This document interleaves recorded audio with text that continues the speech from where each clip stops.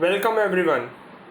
तो आज हम लोगों का पॉलिटी के अंदर लेक्चर 3 स्टार्ट हो रहा है पॉलिटी की सीरीज़ के अंदर। एंड लेक्चर 1 और 2 में ऊपर आपको आई बटन में दे देता हूँ, आप लोग वहाँ से देख सकते हैं। चैनल पर नए हो तो चैनल को सब्सक्राइब कर लो और बेल आइकन को प्रेस कर दो ताकि लेटेस्ट आपको जॉब नोटिफिकेशंस प्लस लेक्चर्स के बारे में पता चलता रहे। तो चलिए टाइम ना वेस्ट करते हुए स्टार्ट करते हैं आज का लेक्चर हम लोग। तो कल हम लोगों ने लास्ट में फेडरल स्ट्रक्चर देखा था एक तो, एंड डेमोक्रेटिक एंड रिपब्लिक क्या होता है उसके बारे में हम लोगों ने स्टडी किया था। ठीक, आज हम स्टार्ट करेंगे, फर्दर प्रोसीड करते हैं। पार्लियामेंट क्या है? पार्लियामेंट, ये पहली बात, पार्लियामेंट जो लिखा गया वो आर्टिकल 79 के अंडर इसको डिस्क्राइब किया गया है। ठीक है, पार्लियामेंट कंप्राइज करता है लोकसभा, राज्यसभा और प्रेसिडेंट। मैं जैसे आपको एक एग्जांपल देता हूँ। मान लीजिए एक स्कूल है, ठीक है, स्कूल को कहा गया है यहाँ पर पार्लियामेंट, ये स्कूल पार्लियामेंट है। कोरिलेट करना, आप एक स्टूडेंट है 9th क्लास में और दूसरा स्टूडेंट है 10th क्लास में और स्कूल का प्रिंसिपल है एक, ठीक है। तो लोकसभा क्या हुई? 9th क्लास, राज्यसभा क्या हुई? 10th क्लास, एंड प्रिंसिपल हो गया प्रेसिडेंट और पार्लियामेंट हो गया स्कूल। तो आप रिलेट कर पाएंगे क्या मैं कहना चाह रहा हूँ, ठीक है। तो लोकसभा के अंदर कौन कौन सिलेक्ट होता है? मतलब आप कंफ्यूज होते हैं ना, लोकसभा सुप्रीम है या राज्यसभा ज़्यादा सुप्रीम है। तो आपको पता चल गया, Lok Sabha is like 9th class, Rajya Sabha is like 10th class, and उनका प्रेसिडेंट जो है वो प्रिंसिपल कहला रहा है। तो जो लोकसभा है उसके अंदर जो इलेक्ट होते हैं लोग, उनको क्या कहते हैं? मेंबर ऑफ लोकसभा या मेंबर ऑफ पार्लियामेंट। और राज्यसभा के मेंबर ऑफ राज्यसभा या मेंबर ऑफ पार्लियामेंट। ये मेंबर ऑफ पार्लियामेंट ही दोनों इसलिए कहेगा क्योंकि ये पार्लियामेंट के अंडर ही तो आ रहा है, लोकसभा और राज्यसभा। अलग अलग डिस्क्राइब हो रहा है एमएलएस या एमआरएस, लेकिन है दोनों के दोनों पार्लियामेंट के पार्ट, ठीक है। लोकसभा के अंदर हर 5 साल में मेंबर्स को इलेक्ट किया जाता है और एक ही साथ रिटायर किया जाता है। मतलब हर 5 साल बाद क्या होगा कि मेंबर्स नए इलेक्ट होंगे और पुराने रिटायर होंगे, पुराने रिटायर होंगे, नए इलेक्ट होंगे, ठीक है। तो पूरा का पूरा टॉपअप होता है फिर से, एक तरह से आप टॉपअप मान लो। तो इसको कहा जाता है टेम्परेरी हाउस, हर 5 साल बाद री इलेक्ट हो रहा है। और राज्यसभा वहीं पर every 2 years 1/3 members retire and re elect. मतलब हर 2 साल के अंदर 1/3 मेंबर्स रिटायर होंगे और फिर री इलेक्ट किए जाएंगे। तो मतलब ये कभी भी डिसॉल्व नहीं होती। जैसे राज्यसभा, लोकसभा पूरी की पूरी डिसॉल्व हो गई, लेकिन राज्यसभा कभी डिसॉल्व नहीं होगी क्योंकि इसमें 1/3 मेंबर्स ही रिटायर हो रहे हैं और फिर से टॉपअप किए जा रहे हैं, वापस री इलेक्ट हो रहे हैं, ठीक है। तो इसका टेन्योर आपको पता चल गया, 5 years का है। इसका टेन्योर है 1/3 ऑफ मेंबर्स का 2 years। निकालते कैसे? हर मेंबर का टेन्योर कैसे निकलेगा? 1/3 को 2 से मल्टीप्लाई कर दो, मतलब जितने साल का टेन्योर है हर 2 साल में 1/3 मेंबर्स, तो एक बंदा 2 into 3 6 years का ड्यूरेशन है उसका। ऐसे मान लीजिए ICJ है, इंटरनेशनल कोर्ट ऑफ जस्टिस, उसमें 1/3 into 3 मतलब 1/3 मेंबर्स हर 3 years में री इलेक्ट होते हैं और फिर से रिटायर होकर री इलेक्ट होते हैं, तो उनका 9 years हो गया।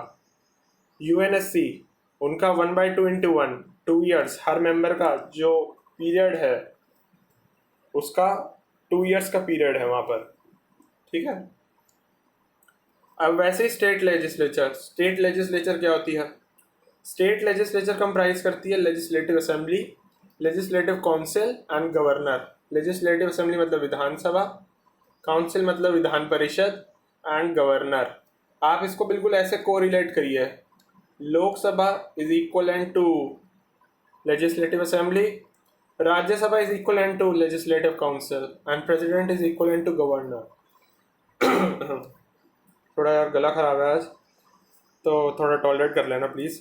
देखिए, जो पार्लियामेंट है, पार्लियामेंट सेंटर को कॉरस्पॉन्ड करती है और स्टेट लेजिस्लेचर स्टेट को कॉरस्पॉन्ड करती है, ठीक है। तो लेजिस्लेटिव असेंबली के अंदर जो पर्सन सिलेक्ट होता है उसको कहा MLA, लेजिस्लेटिव काउंसिल में MLC। तो लेजिस्लेटिव, ये स्टेट्स की बात चल रही है। लेजिस्लेटिव असेंबली हर स्टेट में होती है, हर स्टेट में। विधानसभा आपको हर स्टेट में मिलेगी, लेकिन लेजिस्लेटिव काउंसिल हर स्टेट में नहीं होगी। अब तक 6 स्टेट्स में इंडिया में, ठीक है, ये 6 स्टेट्स ये रही, यूपी, बिहार, महाराष्ट्र, कर्नाटका, तेलंगाना एंड आंध्र प्रदेश, ठीक है, इन 6 स्टेट्स में है ये। तो अब आपको समझ आया पार्लियामेंट और स्टेट लेजिस्लेचर क्या होता है। अब आप इतना लिख सकते हैं, पॉज कर लीजिए वीडियो को। चलिए फर्दर कंप्राइज करते हैं, हम लोग आगे चलते हैं। साइलेंट फीचर्स क्या हैं कॉन्स्टिट्यूशन के?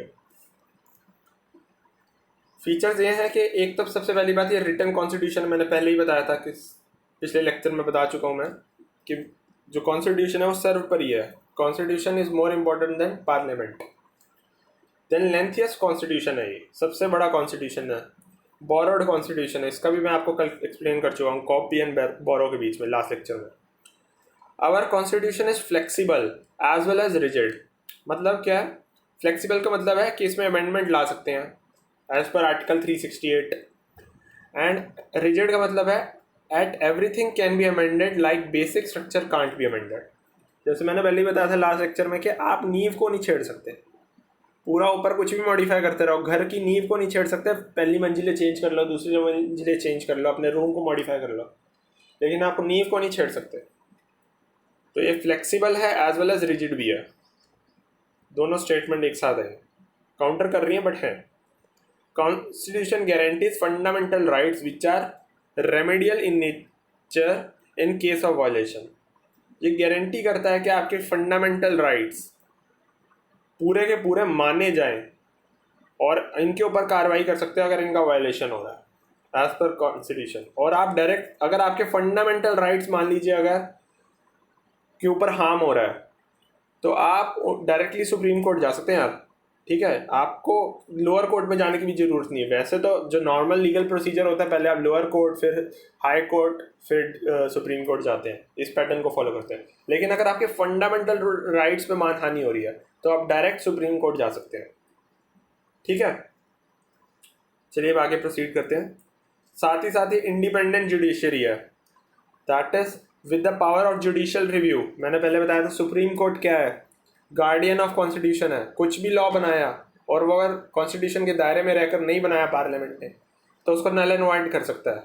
कॉन्स्टोडियन भी कहते हैं इसको। क्वाजी फेडरल स्ट्रक्चर, ये भी मैं कल बता चुका हूँ फेडरल स्ट्रक्चर के अंडर लास्ट लेक्चर में। जो लोग नए हैं वो प्लीज़ लेक्चर को लास्ट लेक्चर देख के चलें, क्योंकि ये पूरी कहानी की तरह पॉलिटी आपको समझ नहीं आएगा बीच में से अगर आप कुछ भी शुरू कर रहे हैं।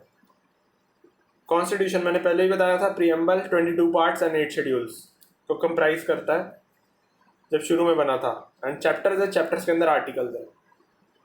अब प्रीएम्बल स्टडी करते हैं। प्रीएम्बल, ये हमारा जो प्रीएम्बल है ये यूएसए से बोरो किया गया, मतलब इसका कॉन्सेप्ट लिया है यूएसए से।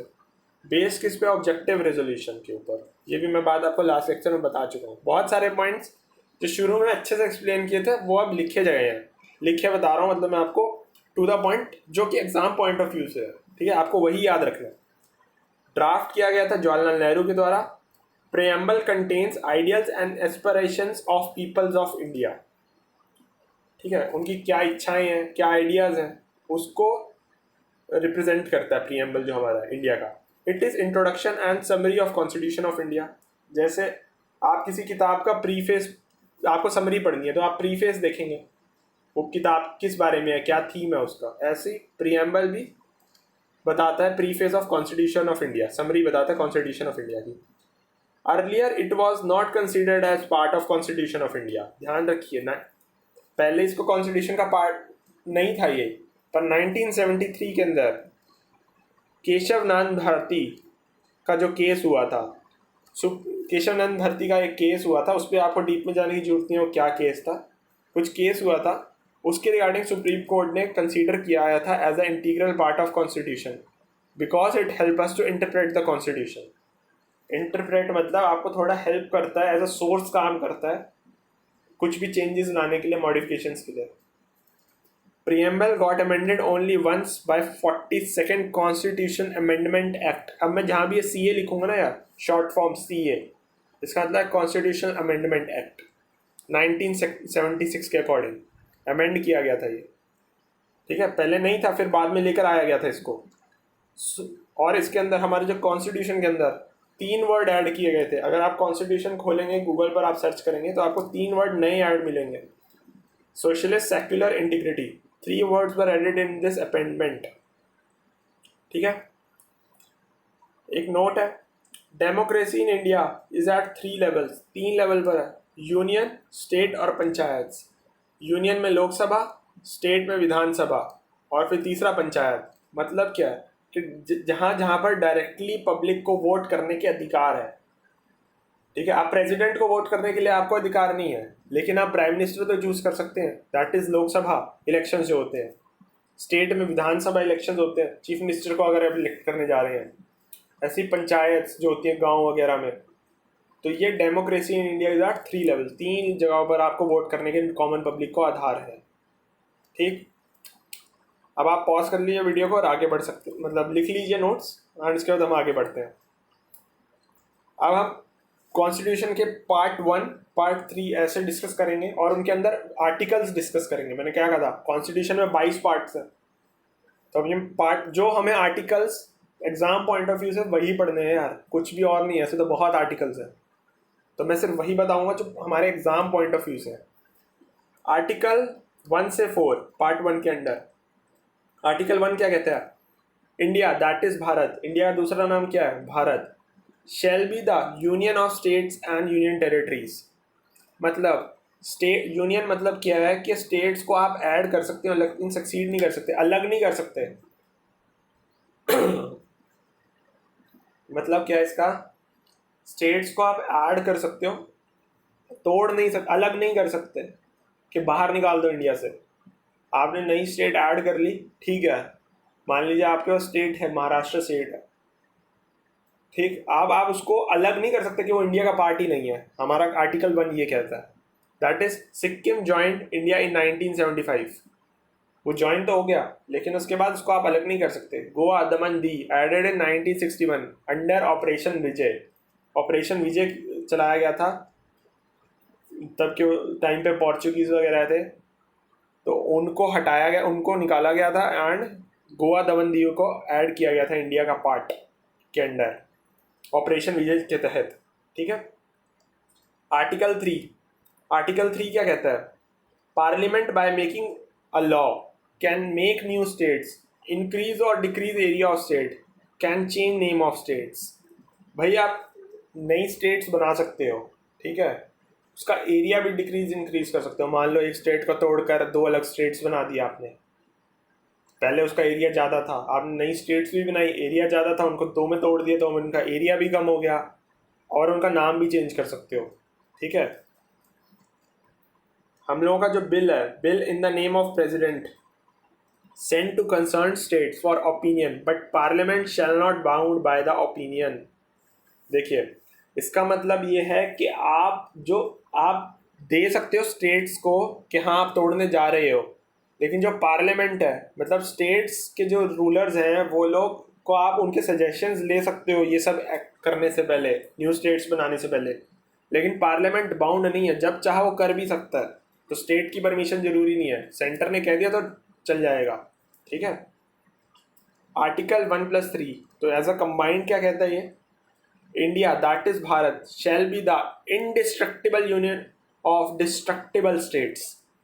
इंडिया जो है इंडिस्ट्रक्टिबल यूनियन है डिस्ट्रक्टिबल स्टेट्स का, कि मतलब बहुत सारी स्टेट्स हैं जिनको जोड़ रखा है आपस में, लेकिन आप उसको तोड़ नहीं सकते, अब अलग नहीं कर सकते भारत से।